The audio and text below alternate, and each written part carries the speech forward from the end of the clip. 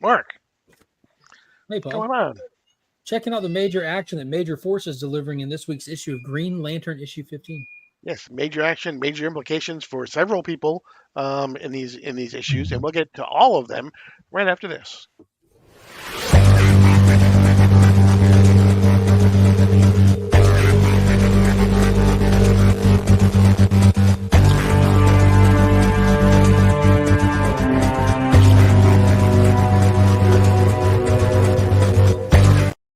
Before we get started, don't forget to hit the subscribe button. It's right down there. Just click the subscribe button. Hit the notification bell so you're alerted whenever we upload new content. Don't forget to hit the like button before you leave and leave us a comment. Let us know how we're doing. Let us know what you think of Absolute Power. We are heading towards the home stretch now for Absolute Power. Yeah, Um, see the light at the end of the tunnel. exactly. We got two things this week to talk about. We have Absolute Power Task Force 7, number 6 of 7, and then we have a Green Lantern tie-in in Green Lantern number 15. But we're going to start actually with the Absolute Power Task Force 7. Yeah. Um, This one kind of overlaps with what we saw in the most recent issue of the Absolute Power proper. What was it, number 3? yes. Yeah, so kind of a little bit of overlap in there, kind of, in a way. Yeah, this time we have it's Paradise Lost, heading to Paradise Island or Themyscira, and basically it does overlap in that we saw it references some of the things that Nubia does in order to when she allows them on the island and things like that, and um, there's some pushback from some of the other people on the island saying this may not be the best idea for you to do this. Um, Yeah, for context, the heroes were all gathered there, hiding out from Amanda Waller, reorganizing when they were attacked on Themyscira in the last issue of Absolute Power. In this one, we actually see Paradise Lost, or this specific Amazo robot powered by Wonder Woman's abilities, taking off toward their cool little dialogue. It kind of trying to be kind of big for its britches kind of dialogue. But it's pretty much just it's almost like a Terminator style book. You have an Amazo on a mission, lands, gets its secondary mission, and it just goes straight for it. And the Well of Souls is the primary target for this Amazo, being that it can absorb the abilities of metas and supers. That well is filled with those abilities, and that's exactly what it does. Nubia sends her warriors out to confront it, fighting its way just straight to that well, not giving most anybody a second thought and absorbing the life forces out of it. Yeah, we have again. I mean, one thing that seems to be happening pretty often with these Amazos is they're constantly having to reboot now. So something's going on because this one has the reboot right at the start of this particular issue. I think that was the reboot, just seeing it from the perspective. You know what I mean? That's why, Okay. because I've been waiting, Mhm. especially with Jadestone, because Right. that's what I care the most about. But we saw in Absolute Power 3 that, Failsafe hit the button on his chest, Right. causing the reboot Calling of all all of them the together. Right. Amazos.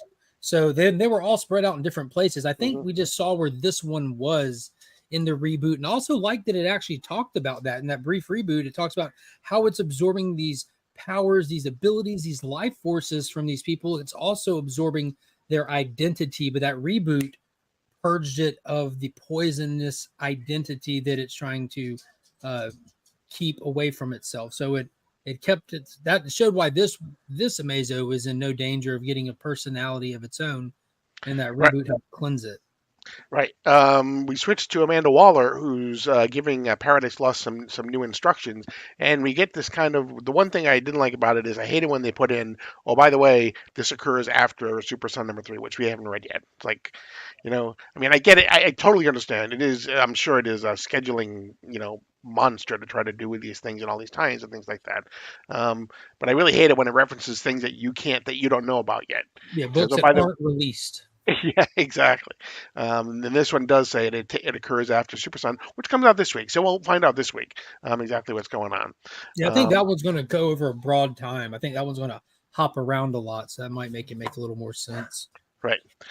We go to the throne room where Queen Nubia is meeting with other people from Themyscira.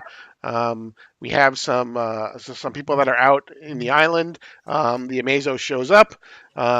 Basically, everyone kind of launches at it. They drop a net on it.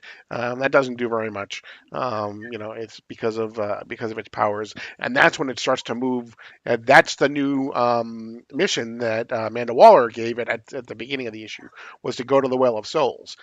Because as we learn, when it gets to the Well of Souls, that not only can it absorb the powers of the physical people that are there, but it can actually absorb the soul and the powers of the people who are in the Well of Souls as well. Yeah, and we go through a list, and the only one that I noticed was the first one was Phantom Lady, but Mhm. Blue Ice was a soul that he absorbs, or she it absorbs Fury, Mhm. Firebrand, and Mind Boggler. So we got Right. a handful of them, and then lastly Whisperia Which seems to be the one that he was most interested in targeting. getting. Yeah. Exactly. Was Vesperia. Um, and as it is absorbing with Vesperia, we then actually kind of quit right there, and we go back to Gamora. Well, not yet, because we see what the Amazo robot wanted with these Right. souls. Right. Because Amanda Waller starts projecting through it, Mhm. saying, "You guys, I thought we had like an unspoken deal here. Y'all want to stay hidden from the world? Stay hidden from the world. I don't care." But you didn't do that. You Right. harbored fugitives. You got involved with my business. You meddled with my stuff. If y'all want to be cut off from the world, I'll now allow it. And uses the Amazo robot with these new abilities to put a dome over Themyscira, stating that you are now truly isolated. So they're imprisoned, and that's where we leave them. Right. And then we go to Gamora to check in because this is an issue of Task Force 7. We have to check in with Steve Trevor. The many whimsical adventures of Trevor Noah continue. They're Exactly. amazing. Exactly. We join him just as Wonder Girl is actually going back through the Stargate. If you Mhm. recall, at the end of the last one, it looked as though an Injustice or the Crime Injustice, I guess, Syndicate. yeah, the crime syndicate, led by this version of Wonder Girl, had Mhm. come through, and now she's actually on her way back out. And we find out that there is Amanda Waller, who happens to know that Steve Trevor is kind of skulking around. Yeah, so he doesn't get away with the sneaking much longer. He's on the run. She reports, and all alert, fire at will. Steve Trevor, six whatever, athletic build, blonde hair, wearing our suit, kill him. And he's running for his life when he stumbles upon none other than Diana and Damian, who we know from the Wonder Woman series have tasked themselves with going to Gamora and breaking in the Supermax facility and freeing everyone. So Steve Trevor is now caught up with some help. And to be continued in Wonder Woman number 13. Right, which should be next week. We should get the Super Son, and I believe we get Superman and Wonder Woman as well next week. Yeah, Um, nice. we'll get a lot of answers there. So yeah, again, it seems to be very fast paced in this issue. But a lot of important things going on that'll be expounded upon in the Wonder Woman tie-in, I'm sure. And not This, just that, like with them like busting up the Well of Souls, that could have major implications in the Wonder Woman series proper. So, as mhm, with any good event, the actions in the event have repercussions in the individual character's ongoing story. So, hopefully, now that we're getting close to the end of this event, we'll start seeing some of the things that'll be cause effect addressed later. And with Tom King on Wonder Woman, I highly doubt that. Well, I don't want to say that, but I like to think that he won't ignore something so monumental because the Well of Souls has been kind of spotlighted pretty often here recently, right.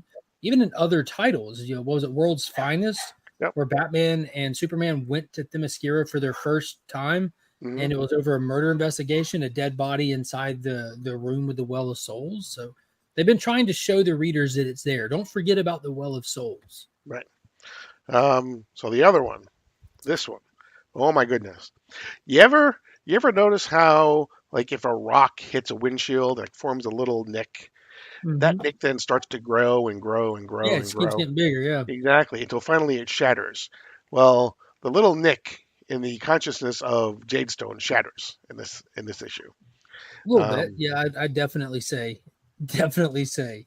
This was a fun issue, and I it almost was. feel like we got the covers mixed up with this month's issue and last month's. As Mm, you can see, showcased on the cover of this one, you have Hal Jordan arming himself with all of the Rogue's right. weapons. That's what happened in the last issue, where he was featured on the cover flying the Batwing, which is what we do in this issue.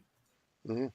Yeah, we start off with they're basically traveling to an island that Batman owns because why? Because every billionaire owns an island. That's basically what billionaires have.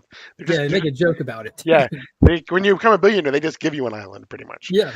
And they're going because the tech that Bruce Wayne Right. keeps there. There's a specific type of Batwing called the Bat Wolf. It's experimental. It's the fastest one he has. It's also the most volatile one he has. Hal Jordan, being a test pilot, has flown it before, and he had to.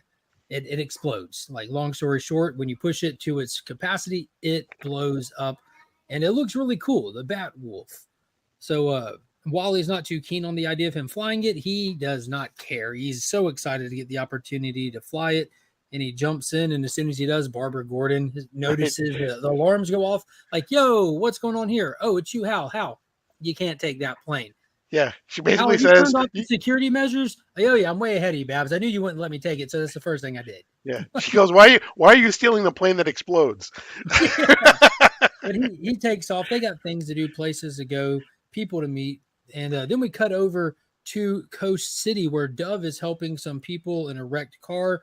Population isn't being too nice to her because of the public perspective of the superheroes. Thinks Amanda Waller, and none other than Star Sapphire shows up to lend assistance, helps get her out of there, and then this overwhelming sense of dread or sorrow comes over Dove, and we see why, and none other than Sorrow himself shows up. So we have our first full appearance of this new villain, uh, which is Carol's ex fiance here, who's gone full evil lantern, Right. and he tries to. His name's Nate. Right. So that goes down, and in the midst of that, we cut back to Washington D.C. with the Bat Wolf. Right. And we basically find that Hal is going to basically take the direct route into the Hall of Order. He's basically going to shoot the Batmobile that is inside the Batwolf through the front windows. Yeah, just drop the cargo kind of thing Yeah. straight through, and we get inside, and you can see that the Hall of Order, formerly known as the Hall of Justice, is being ran by a bunch of Red Tornado androids. So they're staying busy, and there an EMP cannon gets activated, starts shooting them. Wally flies up in there, and then none other than Major Force shows up as their actual security measure. So the chase ensues between the Batwolf and Major Force. Yeah, and basically, he chases the Batwolf that Hal is piloting. Hal kind of positions the jets from the back of the Batwolf to basically just kind of blow right in his face Mhm. to try to burn him out, which All kind the of does. meanwhile, Mm, oh, go ahead. good. No, go I was ahead. going to say, all the meanwhile, over at the island nation of Gamora, you have Jadestone talking to the greatest Green Lantern, Alan Mhm. Scott, who they've been having this conversation since Jadestone absorbed his power, which is the Star Heart itself, which has created a consciousness in Jadestone. Jadestone does have an identity, and they're talking about free will. They're talking about choice, good and bad, and then the report comes in that this chase is going down between the Batwolf and Major Force. So it's up to Jadestone to go and intercept to make a decision what he's going to do when he arrives. Right. We fly back. We go back to um, uh, Coast City. Star Sapphire, and Sorrow. And I know I've said this before, but I have to say it again. Very often, when these tie-ins occur with these major events, everything that happens in the title gets kind of put on hold Not for the this. number exactly for the number of issues that are tying in and they get back to them. Jeremy Adams has done a wonderful job of weaving in the story with what he had been talking about before this tie-in even occurred. Yeah, and he's So kind of done the kudos to him. opposite too. He's like moved Yeah, it to the level of importance that if you're reading Green Lantern, make sure you pick up the tie-ins because this is major Green Lantern by itself stuff happening with the rollout of Sorrow here. right. Star Sapphire manages to send Sorrow off into the sky, and they basically then her and Dove then fly off. We go back to Major Force and the Batwolf, continuing just as Major Force is about to kind of put his hand through the cockpit window. Who shows up but Boom! Jade Jade Stone? Stone shows up and yokes him up. Hmm. Straight rips him off the Bat Wolf. Negative orders countermanded. I have made my choice. Like completely decides to be a good guy. You can't help it. He's got the star heart. When the window shattered. Yeah, and Hal ejects. Batwolf blows up. Uh, Jadestone takes Major Force to the ground and just like rapid. You can't even see his hand. Just hits him and then pulls the connectors off of Major Force. He's had this whole time just a Mhm. few wires hooked up to him, which isn't part of his normal attire. So Jadestone removes that, and it was pretty cool because what was the dialogue? Major Force said, "The Queen demands his elimination."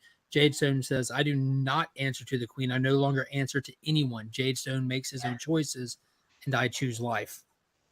And Meanwhile, Alice has actually ejected at the proper point of origin here. They're trying to get to the central battery, which, as we learned from earlier in Green Lantern, the only battery left is hidden in the green on Earth. Mhm. It's tucked Right. away there. So he's going through like this falling through this little cave.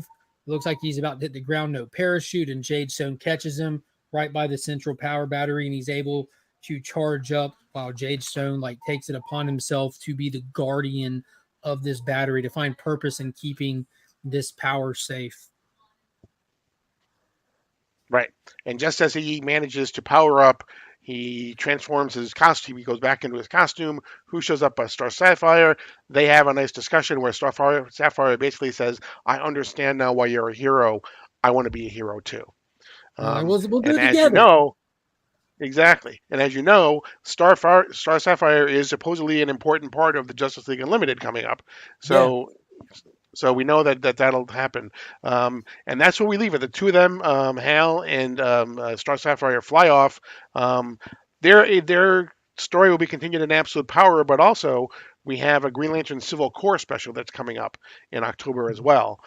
So that's kind of be where I think we'll bring John in. We'll bring Hal and basically all of the core back together again. Yeah, and we even Um, get the little backstory in this, which is an epilogue to the right. John Stewart story, the 12 issue that just wrapped up. That kind of shows you what he's got going on, setting up for that as well. Yeah. It's not a huge important part of Yeah, it's not not at not all absolute. applicable to Absolute Power at all. Yeah, But he's yeah, it was hanging out at Steelworks building right, trains. exactly. And his sister is helping him make sure Oh, trains don't fall off the I don't like tracks. it. Like I'm still the mindset like you. It's disgusting. Mm, This ain't natural. yeah, You got a construct of your dead sister that's hanging out with you and operating independently, and like you need to go to therapy. That's what this one shot should be. It's just John being told, dude, you're not okay. Go to therapy. the John Stewart Psychology 101 special. Yeah, yeah. It's just weird. Yeah, it is kind of weird, but At least for again, me. the main story incredible. Yeah, Jeremy what they Adams, went as through you with said, Jadestone, that's what mattered. exactly. So again, two good stories. There really hasn't been a bad story so far that I can remember. Hmm, Um, fail with, safe. oh, yeah, okay. Task Force 7 issue 1. Dinosaur. Yeah. What we'll get, like I said, we get Super Sun coming up next week, as well as having Superman and Wonder Woman. So we'll have 3 issues to talk about next week. But Nice. yeah, and then we are just mere weeks away from Absolute Power and DC All In. And man, I cannot wait. I'm like a kid waiting for Christmas, Yeah, that basically. all in special can't get here soon enough. Exactly. But that's going to be it for this edition of DC Comics Deep Dive. As always, I am Paul. He is Mark, But we are Legion. and you're now